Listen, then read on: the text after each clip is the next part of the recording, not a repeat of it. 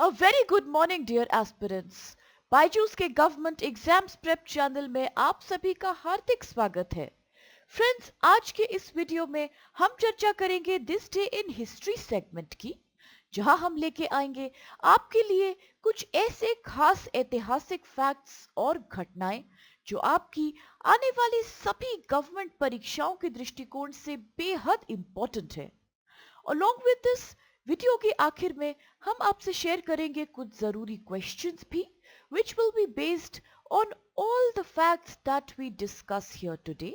आप अवश्य ही इन सभी सवालों को ध्यान से देखते हुए इनके उत्तर कीजिए और हमारे साथ इन्हें कमेंट सेक्शन में शेयर करते रहिए, क्योंकि इनके अभ्यास से भी आपको इन सभी एग्जाम्स में बहुत हेल्प मिलेगी। तो आइए शुरुआत करते हैं फ्रेंड्स, 13 मार्च से जुड़े अर्थात आज के दिनांक से जुड़े हमारे तमाम हिस्टोरिकल फैक्ट्स की। सबसे पहला फैक्ट आज का संबंधित है 1800 के साथ, when महाराठा statesman and administrator Nana Phadnavis passed away. अर्थात मराठा राजनेता और प्रशासक नाना फडणवीस का आज ही के दिन वर्ष 1800 में निधन हो गया था। Nana Fadnavis या Nana Fadnavis was a brilliant Maratha statesman and eminent administrator. उनके जन्म का नाम था बालाजी जनार्दन भानु और इनका जन्म सतारा में हुआ था in the Maratha empire. Phadnavis के दादा ने मुगलों द्वारा एक हत्या की साजिश से पेशवा की रक्षा करी थी और इसके बदले में पेशवा ने मराठा राजा छत्रपति शाहू को उनके ऊपर फडणवीस की उपाधि देने की सिफारिश करी। पेशवा के शासन के दौरान वित्त और प्रशासन को संभालने वाले मंत्री के लिए यह एक वंशानुगत शीर्षक बन गया। पानीपत की तीसरी लड़ाई जो कि 1761 में हुई थी, उसके पश्चात नाना फडणवीस एक मंत्री के रूप में प्रसिद्ध हुए और मराठाओं को अपनी प्रतिष्ठा और शक्ति हासिल करने में मदद करी, जिनको पानीपत के युद्ध में बहुत नुकसान पहुंच चुका था। The fourth Peshwa Madhavrao died and his younger brother Narayan Rao succeeded him. लेकिन नारायण राव के अंकल रघुनाथ राव खुद गद्दी पर बैठना चाहते थे and he got Narayan Rao killed in a conspiracy. Raghunath Rao then became the Peshwa for a brief period. इससे फडणवीस ने स्वीकार नहीं किया क्योंकि रघुनाथ राव के इरादे गलत थे। Fadnavis formed a 12-member regency council and proclaimed the infant son of Narayan Rao named Savai Madhavrao as the new Peshwa और खुद उसके behalf पे रूल करने लगे।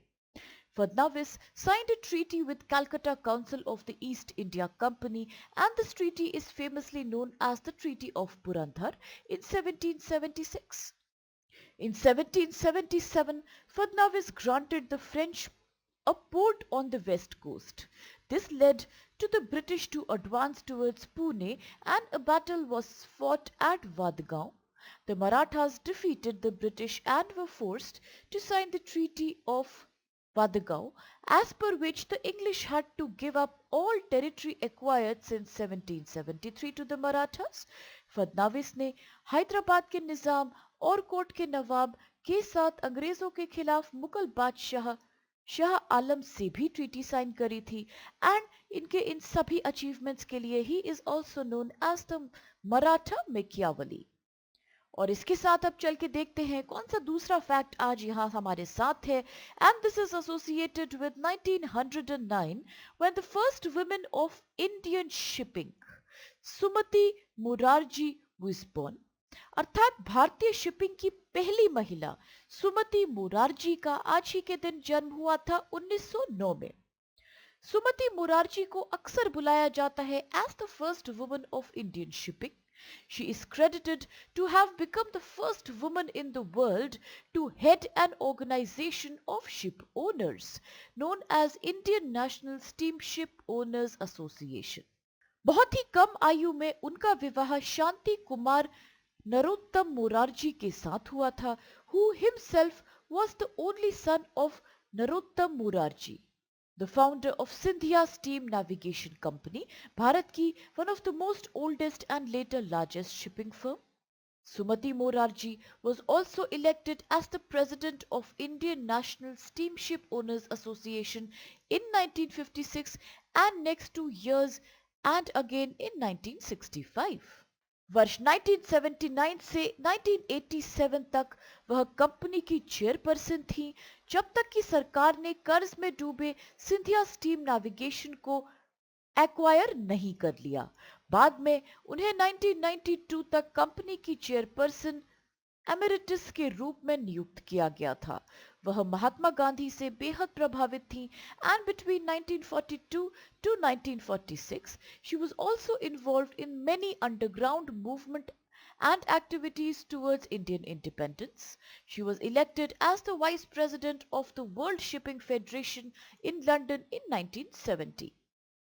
She served as the chairperson of the Narottam Morarji Institute of Shipping as well. वर्ष 1971 में उन्हें पद्म विभूषण से सम्मानित किया गया, which is the second highest civilian honor of India because of all her contributions to civil services.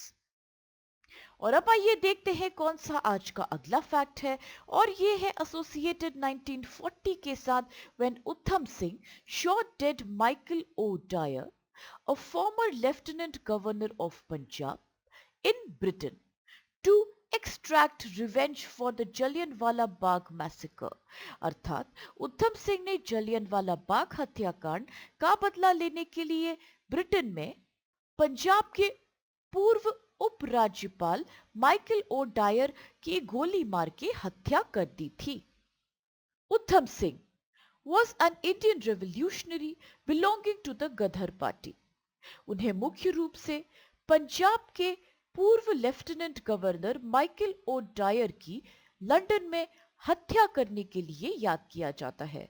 The assassination was done as a part of revenge for the Jallianwala Bagh massacre which happened in Amritsar in 1919, for which General Dyer was responsible. 10 अप्रैल 1999 को सत्यपाल और सैफुद्दीन किचलू सहित भारतीय राष्ट्र कांग्रेस से संबंधित कई स्थानीय नेताओं को राउलेट एक्ट के तहत ब्रिटिश सरकार ने गिरफ्तार कर लिया था। 13 अप्रैल को 20,000 से अधिक निहत्थे लोग जलियनवाला बाग अमृतसर में इकट्ठा हुए ताकि वह बैसाखी के महत्वपूर्ण हिंदू और सिख त्योहार को सेलिब्रेट कर सकें और शांतिपूर्ण गिरफ्तारी का विरोध भी कर सकें। It was a very very peaceful protest. यहाँ उद्धम सिंह और उनके दोस्त भी ऑर्फनेज से आके लोगों की सेवा कर रहे थे और उन्हें पानी बांट रहे थे, परंतु troops under the command of colonel Reginald Dyer opened fire on the innocent crowd, killing several hundred people. This cruel tragedy famously came to be known as the Amritsar massacre or the Jallianwala Bagh massacre. उद्धम सिंह क्रांतिकारी राजनीति में शामिल हो गए और इस हादसे से उनके ऊपर एक गहरा प्रभाव पड़ा था। वह भगत सिंह और उनके अनेक क्रांतिकारी समूह से भी जुड़ गए और उनसे बेहद इन्फ्लुएंस हुए। वर्ष 1934 में वह लंदन पहुंचे and privately he decided to make a plan to assassinate Michael O'Dwyer.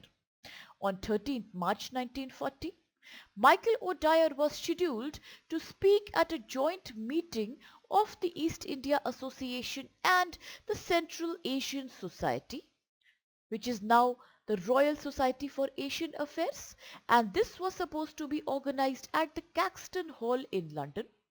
उद्धम सिंह ने एक पुस्तक के अंदर रिवॉल्वर को छुपाया और वह मीटिंग खत्म होने का इंतजार करते रहे। जैसे ही मीटिंग खत्म हुई, उद्धम सिंह ने जनरल डायर को 2 बार गोली मार के उनकी हत्या कर दी। इस इंसिडेंट के पश्चात उद्धम सिंह जी ने तुरंत आत्मसमर्पण भी कर दिया। He was convicted of murder and sentenced to death. उनका नाम भारत के इतिहास में अमर हो गया और उन्होंने खुद को राम मोहम्मद सिंह आजाद के नाम से संबोधित किया था, by which he wanted to represent the three major religions of Punjab and his strong anti-colonial sentiment which somewhere aimed to divide Indian people on communal and religious lines. और इसके साथ चलते हैं आज के अगले फैक्ट की तरफ, जो कि संबंधित है 1982 वर्ष से, when Indian long distance runner प्रीजा Sreedharan was born, अर्थात भारतीय लंबी दूरी की धावक प्रीजा श्रीधरन का आज ही के दिन 1982 में जन्म हुआ था। प्रीजा श्रीधरन, जो कि इदुक्की डिस्ट्रिक्ट केरला से संबंधित है, is an Indian long distance runner. At the 2007 Asian Championships at Amman, she won silver medals in 2 events. उन्होंने गोल्ड मेडल जीता था at the 10th South Asian Games in Colombo in 2006. At the 19th Asian Athletic Championships, Kobe 2011, 10,000 meters, she won a bronze medal. She also won gold medal at the 2010 Guangzhou Asian Games, where she broke the Indian national record with her performance. Preeja Sridharan also won silver medal in the 5,000 meters in the same event. National Games में भी इनका performance उत्कृष्ट रहा है, as in the 34th National Games in Jharkhand in 2011, she had won silver medal at the 10,000 meters event, or in 35th National Games in Kerala in 2015, in the 10,000 meter event she won the silver medal. She was the fastest Indian woman in the 2004 Delhi half marathon. तो अब आइए देखते हैं friends इसके पश्चात की कौन से क्वेश्चंस आज हमारे सामने हैं। And the first question is, who is known as the Maratha Machiavelli, अर्थात मराठा मकियावली के नाम से किसे जाना जाता है। ऑप्शंस हैं ए Narayan Rao, B Nana Phadnavis, C Madhavrao two, या डी बालाजी बाजीराव। अगला सवाल है, who is known as the mother of Indian shipping, अर्थात भारतीय शिपिंग की जननी के रूप में किसे जाना जाता है। ऑप्शंस हैं A Usha Mehta, B Bhikaji Cama, C Sumati Morarji, या फिर D Durgabai Deshmukh. Third question is, when did the Jallianwala Bagh massacre occur, अर्थात जलियनवाला बाग हत्याकांड किस वर्ष में हुआ था। ऑप्शंस हैं आपके सामने कुछ वर्ष, आप इनमें से सही उत्तर चुन के हमें अवश्य बताइए फ्रेंड्स कि इज इट ए 1920, या फिर बी 1919, या फिर डी 1918, या D 1917। The next question is, who had killed Michael O'Dwyer, former lieutenant governor of Punjab, in Britain to extract revenge for the Jallianwala Bagh massacre, अर्थात जलियनवाला बाग हत्याकांड का बदला लेने के लिए ब्रिटेन में पंजाब के पूर्व उपराज्यपाल माइकल ओ डायर की हत्या किसने कर दी थी। ऑप्शंस आपके सामने हैं A Udham Singh, B Bhagat Singh, C Sukhdev, या फिर D Madan Lal Dhingra. Now the next question is, who among the following is an Indian long distance runner, अर्थात निम्नलिखित में से कौन भारतीय लंबी दूरी की धावक हैं। ऑप्शंस है ए पिंकी रानी, बी मैरी कॉम, सी मंजू रानी, या फिर डी प्रीजा श्रीधरन।